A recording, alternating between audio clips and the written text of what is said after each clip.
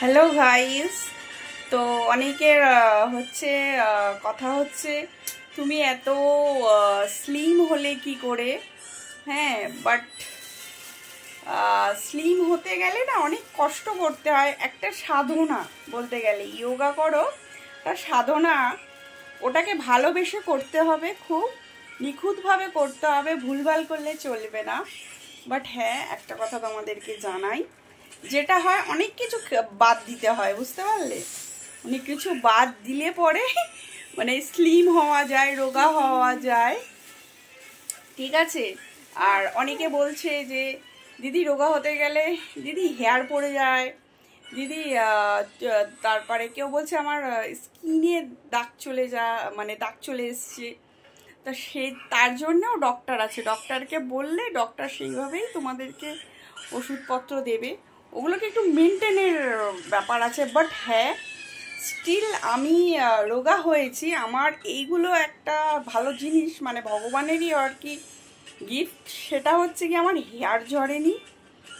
দ্বিতীয় কথা হচ্ছে আমার স্কিনে কোনো ধরো দাগ, পিগমেন্টেশন এইসবও আসেনি, ঠিক আছে? এই এজটাতে আসে, মানে রোগা হতে গেলে একটা শরীরে একটা চাপ আসে, একটা কালো হয়ে যাওয়া, এগুলো হয় কিন্তু। বাট আমার জানি না কেন আমার হয়নি। আমি হয়তো এখন ভিডিওতে আমি ভিডিও করছি, হয়তো আমি যেহেতু বলবে ফিল্টার লাগিয়ে, না, ফিল্টার সবসময় লাগিয়ে ভিডিও করা হয় না।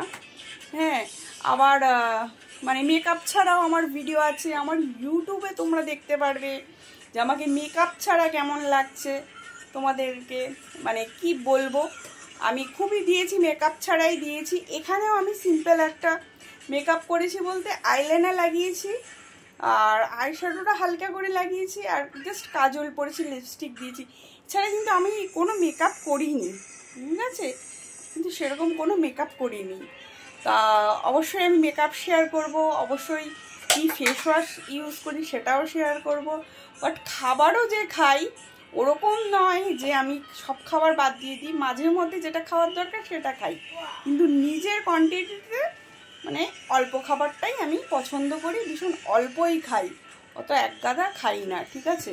মানে আমি আরও কমিয়ে দিয়েছি। মানে এখন চায়ে আমি কি করি বলো তো, হানিটা ইউজ করি, হানিটা খাই। মানে চা খুব একটা পছন্দ হয় না, আর কফিটা পছন্দ, তাতেও আমি হানি ইউজ করেই খাই। তো চলো, আজকে অনেক গল্প করলাম তোমাদের সঙ্গে, কিছু কিছু শেয়ার করে আমার খুব ভালো লাগলো। বাট হ্যাঁ, তোমরা আমাকে এত ভালোবাসা দিচ্ছ, তার জন্য থ্যাংক ইউ সো মাচ। আমি আরও আমি একটু বিজি হয়েও যাই, যেহেতু এত অ্যাকচুয়ালি বা নিজেকে আনন্দতে রাখতে চাই, নিজেকে ভালোবাসি যেহেতু, সেহেতু মানে নিজেকে ভালোবাসতে হবে, তাহলে এগুলো করা যাবে, নইলে করা যায় না কখনোই।